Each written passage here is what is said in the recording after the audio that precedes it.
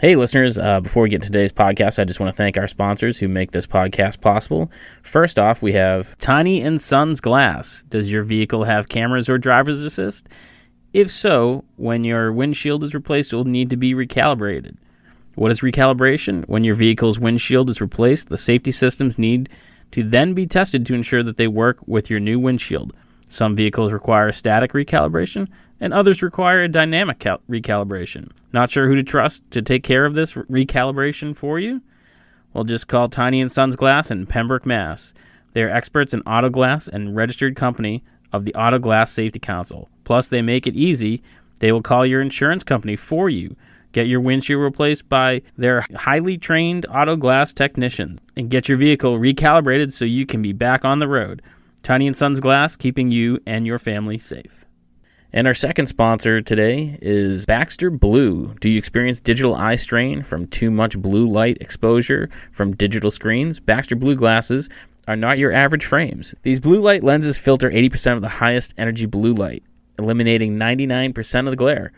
The past year, we've all been glued to our devices more than ever. And here at Inebri-art, we're making more content. We have some video content. We're doing a lot of audio stuff, live streaming, which all means I'm sitting in front of the computer. Pretty much any time I'm awake, I am in front of the computer, eyes glued to the screen. Our exposure to digital light has soared, and our eyes and our sleep are suffering as a result. Baxter Blue is also a force for good and provides a pair of reading glasses for someone in need for every pair sold. This is eyewear built for our digital age, and Baxter Blue is giving our listeners 10% off the next purchase of blue light, sleep, or kids glasses. Click on the link in our show notes for an exclusive discount. This is the sign you have been waiting for to invest in blue light glasses. We know you'll love your Baxters, and we know that you will feel the difference. So thanks again for our sponsors for sponsoring the show, and now let's jump right into the podcast.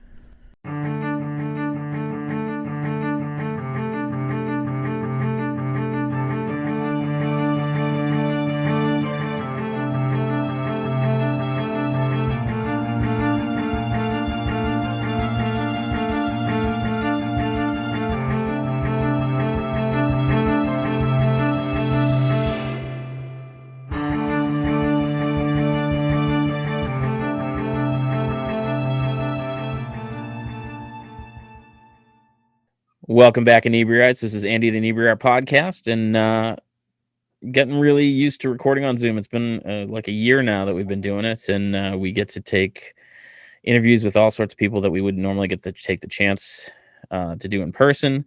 And today is a young actress, Madison Ekstrand. I knew I was going to do it. I told you I was going to do it. Welcome to the show. Thank you for having me. No problem. So,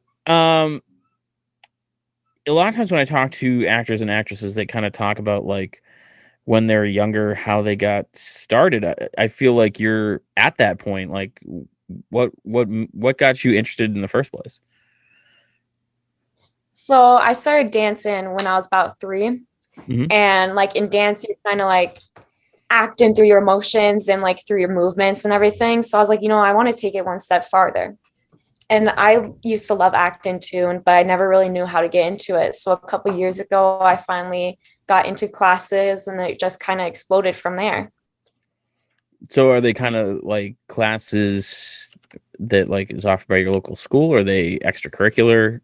No, I actually took classes in Minnesota, but now I take Zoom classes through Geo. Oh, how's that? Is that, I'm assuming that's due to the pandemic. Mm-hmm. Yeah, it's actually not that bad, and I like the one-on-one, but like it's different not being in a group class. So, I actually talked to someone, I can't remember who it was.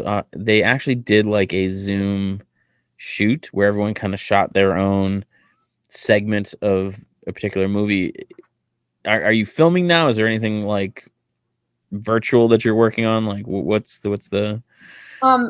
There's nothing virtual that I'm working on right now. But oh, sorry, I can't talk. At the end of April, I will be out in LA shooting. Oh, okay. So things are kind of getting back to normal and moving on. Yeah. So what was the first movie that you filmed, and can you like tell me a little bit about the experience? Like what was how it was, sorry, what was it as you expected, and like what kind of surprised you about it? So the Very Frightening Tales I started in August, and I'm also a recurring character on there now. But that's my first like actual big thing, and like my first like time acting really. Mm-hmm. So that's like a big thing, and of course it was like a wake up call because I didn't really know what I was really going into. I had an idea, but I didn't know how much work was going into. But it's like an addiction, and every time I'm home back in Wisconsin, I'm like, I can't wait to come back. So you say it's like an addiction, which I totally get, because I find, especially with it, this time last year, things were starting to take a downward turn for everyone, it seemed. And it was rough because I'm very much a person who always needs to be doing something, always working on a project. So I get like that addiction where it's like I overschedule myself. And Yeah. like, do you try to find like that work-life balance, or are you kind of the workaholic? Oh, I'm always trying to do something. I horseback ride. I'm always going out to town. But I also like being a homebody too. But I like taking naps all the time. But once I'm in LA, it's like I gotta do this, this, and this. And like I'm so busy all the time, but I just love it. Yeah. So you live in Wisconsin. Do you see yourself moving out to LA at some point? I feel like everyone ends up there, whether they want to or not. Yeah, like moving out to LA or at least somewhere warm. I mean, I can always fly out to LA. So I'd rather be somewhere warm than here. So Oh, for sure. Yeah. I think it's gonna sound like a crybaby thing, because if you're in Wisconsin, it's probably worse. But I think we're 19 degrees today. we're Um. actually 30 something degrees today. So it's wave. So Oh, okay. So there you go. So what was challenging about filming on this project? Like, was it physical? Was it demanding? Do you have like emotional scenes? Like, what was it like? So the hardest scenes for me were like the ones where I was screaming Yeah. because the director would actually he was trying to scare me and then I would just start smiling and laughing. So there's a couple takes where I'm literally screaming and smiling at the same time. And a couple times where I was supposed to be serious. Yeah, I was supposed to be serious a couple times and then there's like a little smirk on my face. And so it was like it was hard like the very first episode to keep serious, but then the second and third episode it was easy for me. Yeah, you kind of found your groove. Mm-hmm. So what do you do to kind of keep from smiling and laughing? Like, do you like how do you put yourself in that mindset of being terrified? Well, I'm scared anyways, and it actually really helped that we were in a real haunted house because I just felt creeped out the whole time there, Hmm. and everyone felt creeped out. All of us did the buddy system because we were all scared. I felt like something was watching me the whole time. So, but I was like fine screaming, but when the director tried scaring me, I just started laughing and because I wasn't expecting that. But and Yeah. then I kind of like I gotta do this, put yourself together, and then I just, compose myself. Did you have any ghostly experiences on set? Yeah, actually, um, there's shooting out of a window, and I was outside by the gate, and we're doing a shot where I was outside by the gate through the window and everything, and the director and the camera guy are like, "Get out of the way!" And they thought someone was in the camera view, and they're like, "No one's in the camera." So someone saw a figure in the camera, and it just creeped all of us out. That has to add to the whole experience. Oh yeah. Uh, d- have you always been interested in horror, um, as a genre, or was that this just happened to be the first thing that you ended up in? Well, I've been like I watch scary movies all the time. I mean, who doesn't? And like I love scary movies because it's like you're always at the edge of your seat and you just never know what's going to happen. But so when I got in this project, I was like, "Oh my gosh, this is like perfect for me." And is this more like a ghost story, or like is there like a serial killer? Like what style is this? Actually, so each episode has 3 short films in it, Hmm. and every short film is completely different. So there's Oh, completely different characters, there's completely different monsters. I'm literally wearing different wigs. So like some people didn't even recognize me in 2 of them, and they like, that's really her. And I'm like, yeah, that's me. So it's complete, everything's completely different. It's not like following a one character line. oh, that's pretty cool. So you're playing different characters. Is was that harder, or did you like that better? No, I mean, it was hard at first because, I had to get used to like being different characters and everything, but it was actually really fun being different and like going out of my comfort zone. Yeah. Was it challenging? Because I feel like if you're shooting for 16 weeks or whatever, and you're playing one character, it gives you more time to kind of figure out their motivations and what their mannerisms or whatever. Did you feel like more pressure to kind of like get that done quickly? No, because I'm kind of like a fast learner. I feel like I'm a fast learner. I mean, I don't know, but I think I am. Yeah. But, it's actually really easy for me to get into the character, but having the wigs on and everything, it just helped add like to be more comfortable in that character. Nice. And so do you have like a plan in place for like what you want to do next? Like, are you kind of already like plotting out like, oh, I'd like to do a superhero movie, or I want to stay into like this genre that I'm in already? I'm kind of just taking it as it comes. I'll take anything, that comes to me because it's just a learning experience. And I'd love to do every genre if I can, because I think it'd be a good learning experience too. And really fun. Yeah. And have you done like stage acting? Is that how you got started? No. Oh, really? So you just went right into I went classes? right. I had some classes behind me, but they're kind of more like the Disney bubbly classes and everything. And then Hmm. I got more into the serious like horror classes and everything. Hmm. So how do you kind of get noticed? You just get an agent and start being like going to auditions? Is that kind of like the process? Like, what was that like? So I sent in my self tape and everything and like my reel, and they said that they wanted me, and that's just how it went. Oh wow, that seems like so. You hear about like actors who like struggle and struggle and struggle, and then that seems like lightning in a bottle. That's awesome. Um, so you said Yeah. it was like a self tape. So is that kind of like a new standard? Like people are, instead of going into an audition, they're filming themselves and doing it that way. Yes, actually, I've done a lot of self tapes over the last couple of years, or not years, sorry, this year, and because of COVID and everything. So it's definitely a lot to get used to. Nice. So you said you're shooting in LA coming up, right? Is that Mhm. okay? Is that this more of episodes of the show, or is this Yes, the new part? it's more Um, upset. so do you have a particular favorite? Because if they're all different stories, like is there a particular one that like really stands out that you're like, I really like this particular one? Well, I think the one that's coming up is definitely going to be my favorite one. It's about the New Jersey Devil. Oh And yeah. Hmm. and my family is from New Jersey. Well, my parents are from New Jersey, so like of course I know about it. I've been in the woods where he's supposedly like, supposed to be, and like yeah, so it's kind of like a home run for me, and I think it's going to be really exciting to do that. So you did air quotes around the Jersey Devil, but it sounds like you believe in ghosts. Where like how do you like where's the line? Like what do you believe in? Like what do you kind of find like are you a Bigfoot believer?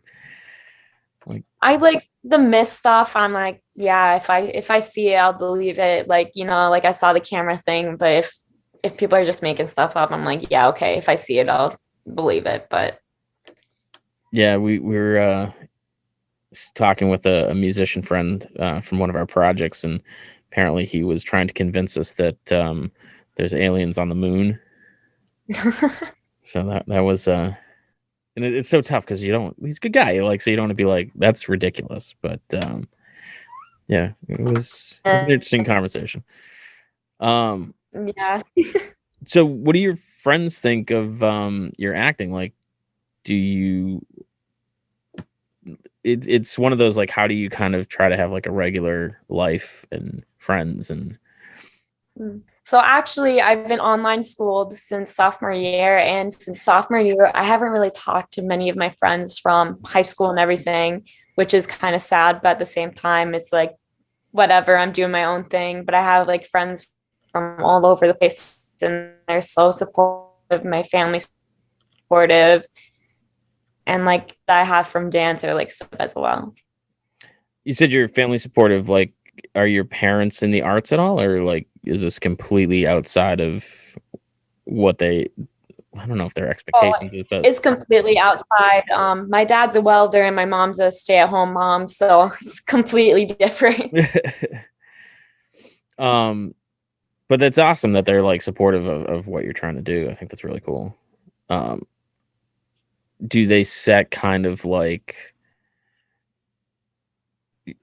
you can do this as long as your grades don't drop, or are there kind of like those parental guidelines that you have to deal with? I mean, I figure it would be, but my grades are actually really good right now. But I feel like they were kind of like going down. They'd be like, Madison, and you kind of have to get them up, and I'll be like, okay. But I don't think they'd be too pressured on that. And do you fly, so when you're filming, do you fly out to LA by yourself, or does your mom go with you, or Oh no, my mom refuses for me to go by myself. I'm almost 18 and but my mom goes with me and we have a really fun time and we just stay with one of the producers there, Suzanne De Laurentiis. She's like also my mentor and she's amazing. She's like the producer of the Very Frightening Tales and she's really nice. And she's actually I call her Aunt Suzanne because we're all close. So that's awesome. yeah. um what platform is Very Frightening Tales on? Is this like a online streaming thing, or is this gonna As of right now, I don't know what it's going to be on Mhm. and like when it's going to come out, but I'm hopefully I'll find out soon. And do you, so it's so weird, like social media is like such a, almost like a prerequisite now for actors and whatnot, and I feel like a lot of times I hear stories where someone will lose a gig because they have less online followers than someone else. Or do you feel like any pressure to do that, or do you spend a lot of time on social media? Yeah. I mean, I spend a lot of time on social media because I feel like it's on so the time when they're bored, but I don't have pressure about like how many followers I have. I mean, I have 1,200 and I'm fine with that. So Yeah, well, it's pretty respectable.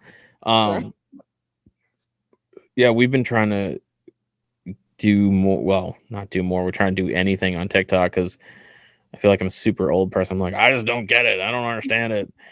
um I don't even get TikTok and like I'm always on it too, but I don't even get it. So yeah, I gotta have like my daughter show me what the hell it is. But um so when things are normal, there's a lot of, horror conventions and, autograph signings. Is that something that you're looking to do in the future? Is that something you're looking forward to?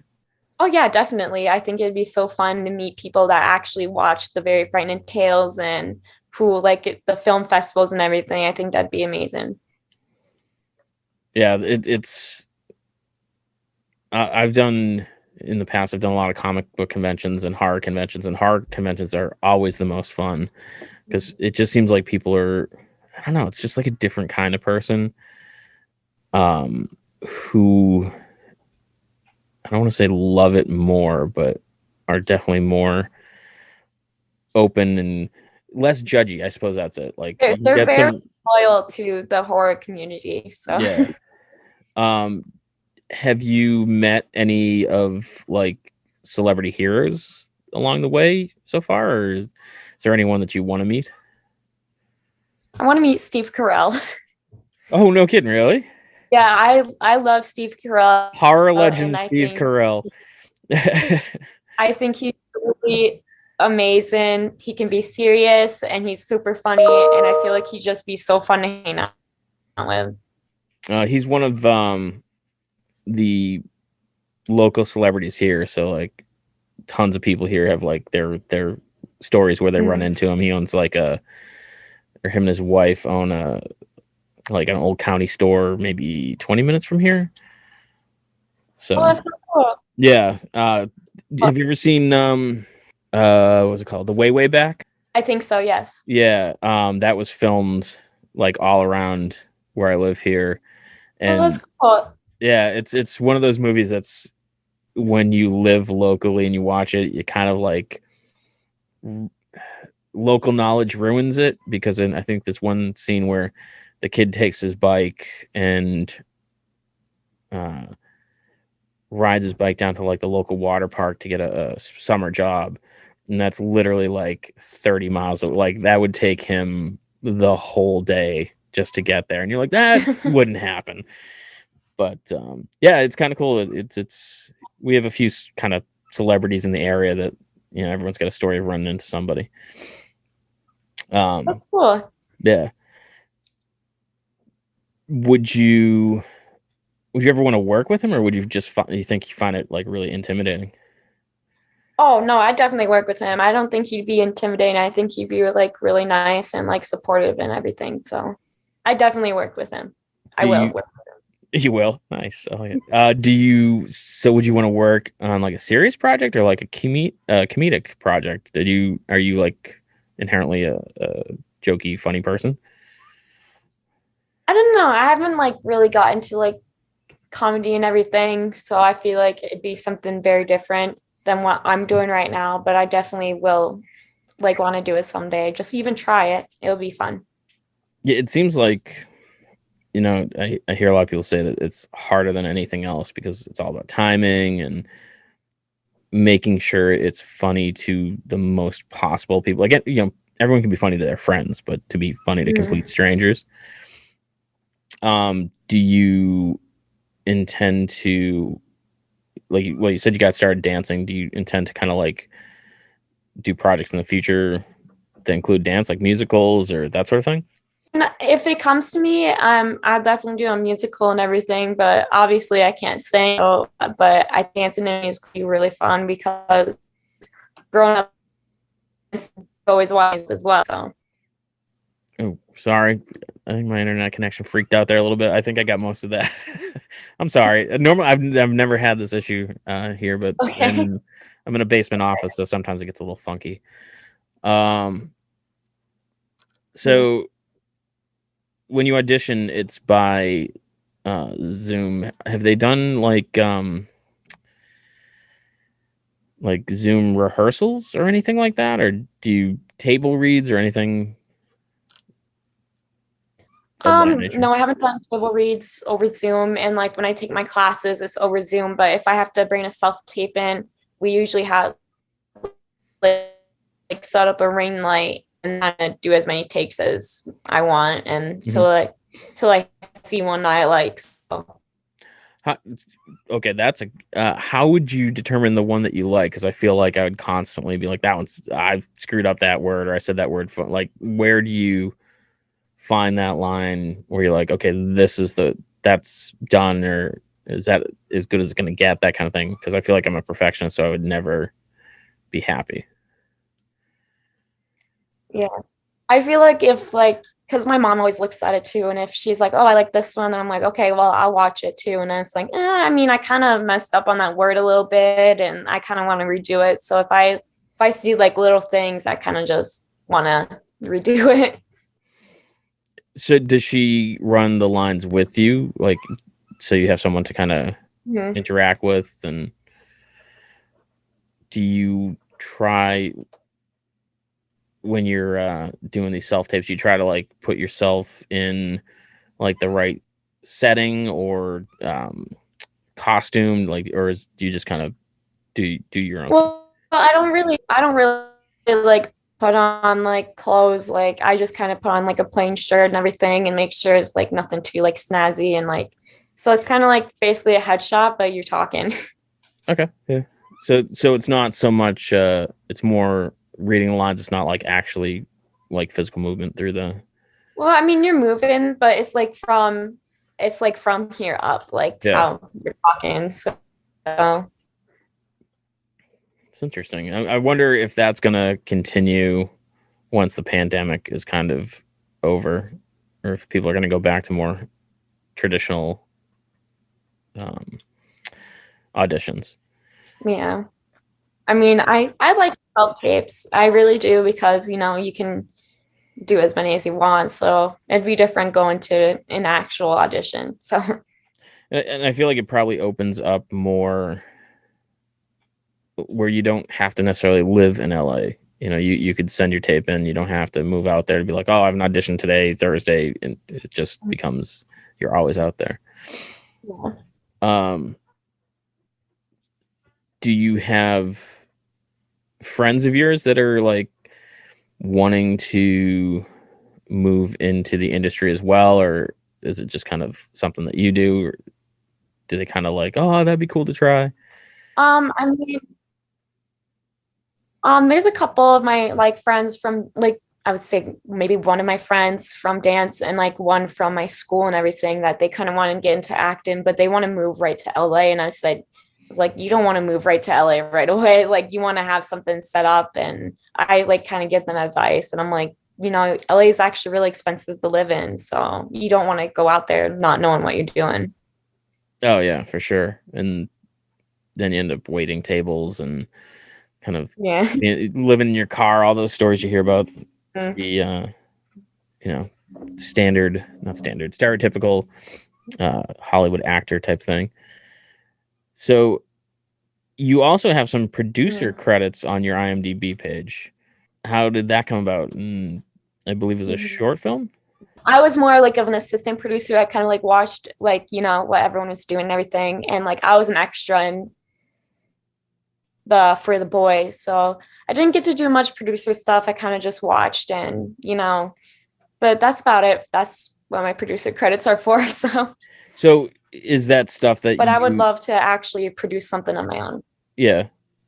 Are you interested in like other aspects like directing or writing and that sort of thing? Mm-hmm.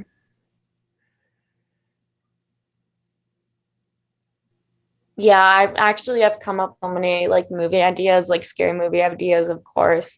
And like I pitch them to like so many people. And I'm like, you know what? I should really write a script. And everyone's like, yeah, you need to write a script. And I'm like, yeah, maybe one day. Is that something that you would I'm sorry, I forgot her name. You referred to her as aunt something. Your the producer Oh, that it's Suzanne. Suzanne, is that something that she has kind of like encouraged you to do, or have you kind of like tossed ideas by her? Oh yeah, I toss ideas to her all the time, and she's always talking about ideas. So even my mom comes up with ideas. We're just we always talk about like different movie ideas and everything. So. And do you typically tend to are your ideas typically horror movies and that sort of thing? Like, are you that's just kind of like what you're into right now? So far, it's been horror movies, because I'm working on the Very Frightening Tales and everything. So I'm just coming up with all these horror movie ideas. But I feel like I definitely will come up with like more ideas. I've come up with like a couple like dramatic and like not like superhero, but like I don't know. More like action type thing.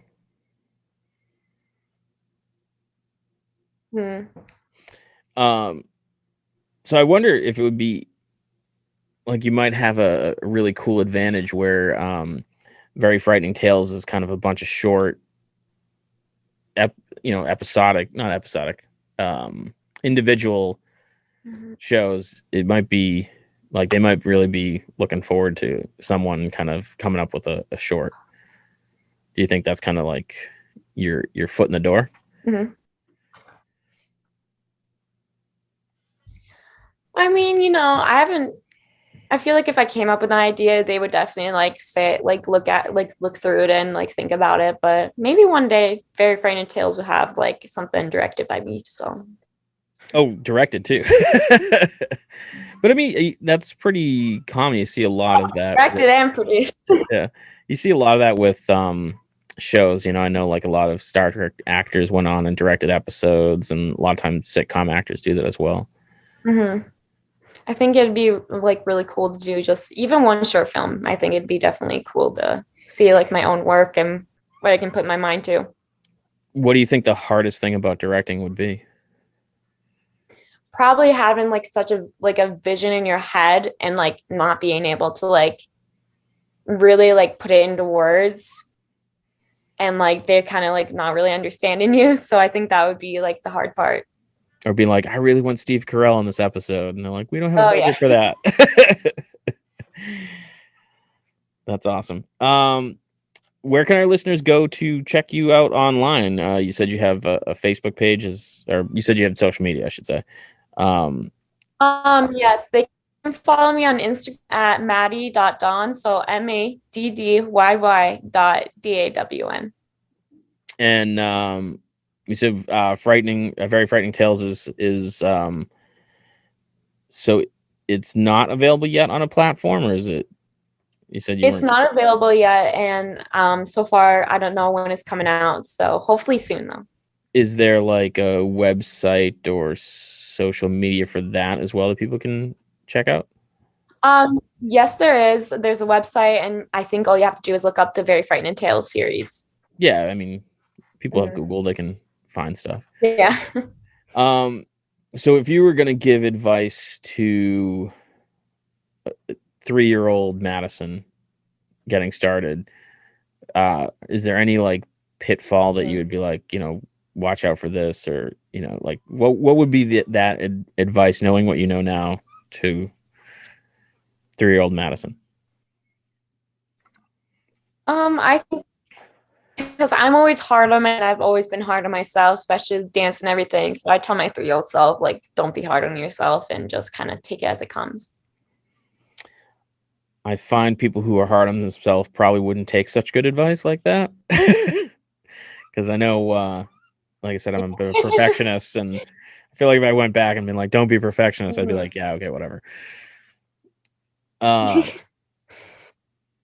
Do you have any, like, other than working with Steve Carell, do you have like any other bucket list item, like either filming in a specific location or with a specific director or anything else like that?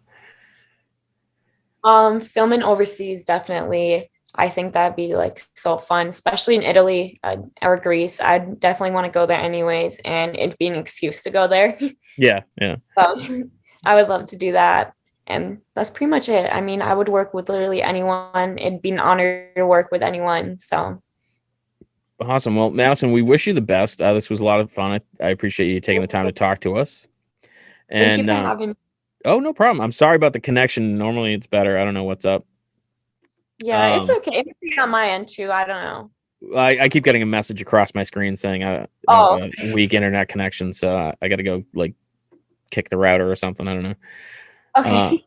But yeah, thank you again, and hopefully our listeners will check out Very Frightening Tales when it becomes available, and they can check it out. Google will find out all that information. And thanks again, man.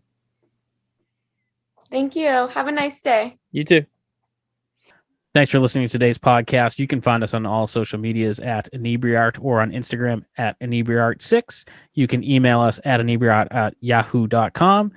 And make sure you listen to the other podcasts on the Inebri-art Podcast Network, including Bar Talk, Old Colony Cast, Retro Redoctopus, America's Hometown Horror Podcast, and our newest one, Theme Park Legends, a podcast about working at theme parks. What else? And we'll catch you again next time.